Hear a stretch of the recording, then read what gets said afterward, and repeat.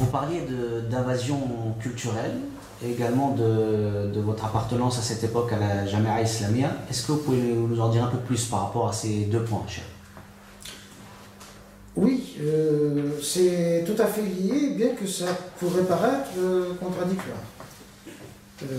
D'abord, il faut que je mette les points sur les i, c'est-à-dire le Jama'a al-Islamiyya n'a rien à voir avec ce qu'on appelle les Jama'a al-Islamiyya qui ont apparu en Égypte et ailleurs. C'est la dénomination officielle du mouvement de la tendance islamique qui ne s'était pas jusqu'alors déclaré et qui va devenir par la suite le parti d'Al-Nahda actuellement au pouvoir. Donc, pour mettre les points sur les i, donc il n'y a qu'une ressemblance de nom. Cette Jama'a Islamiyya, qu'on peut traduire par le groupe islamique, était en fait un cadre organisationnel, pas plus. La culture qui était auparavant, jusqu'à février-mars 1979, c'était la culture des frères musulmans un peu tunisifiée.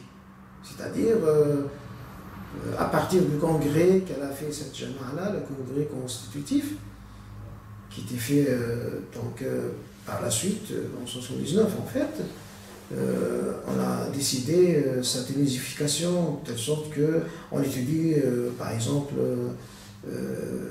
certains livres qui étaient différents de ceux des frères musulmans. Mais, à cette époque-là, rien dans la littérature de la Jama'a Islamiyya ne faisait un quelconque rapprochement ou une quelconque référence à ce qui se passait dans l'autre monde qu'on ignorait ou qu'on est censé complètement ignorer, c'est-à-dire les musulmans non sunnites. C'est un autre monde auquel on s'est trouvé brusquement ouvert, comme s'il y avait une muraille, une grande muraille, et c'était brisé par qui? Par un bombardement médiatique venant de la masse média occidentale parlant de la révolution iranienne. Alors, commencer à découvrir ce monde-là à travers les médias occidentaux, et non pas à travers la lecture de leur littérature. Je me rappelle bien que, parce qu'il y avait la révolution iranienne qui avait commencé depuis 1978, depuis mon entrée à la faculté, qui était alors la faculté des sciences et techniques de Sfax, et j'étais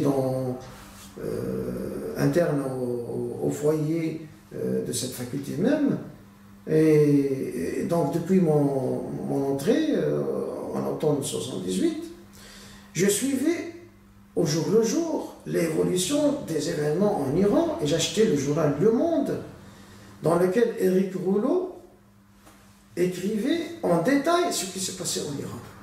Et non seulement pour moi, parce que je faisais la traduction entre-temps pour tous mes frères, la plupart d'entre eux, entre parenthèses, n'étaient pas parfaitement francophones. Leur cursus ne leur permettait pas d'être en mesure de comprendre un journal comme Le Monde, alors que moi, parallèlement à mes cursus dont j'ai parlé, je lisais beaucoup en français, j'ai fait donc tous les classiques, et j'étais en mesure de rédiger, de lire en français couramment.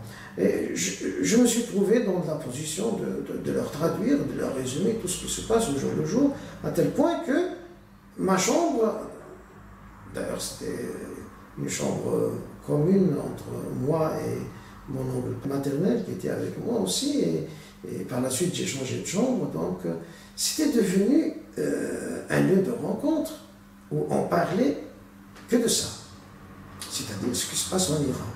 Pourquoi? Parce qu'entre-temps, et ça c'est important, l'un des fondateurs de la Jama'a al-Islamiyya est revenu de l'Iran. Il était fonctionnaire, envoyé par l'État là-bas, il travaillait en Iran.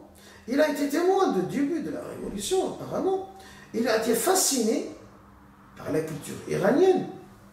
Il est devenu, dans l'organisation, un véritable prédicateur bénévole, complètement bénévole, qui prêchait la cause de la révolution iranienne.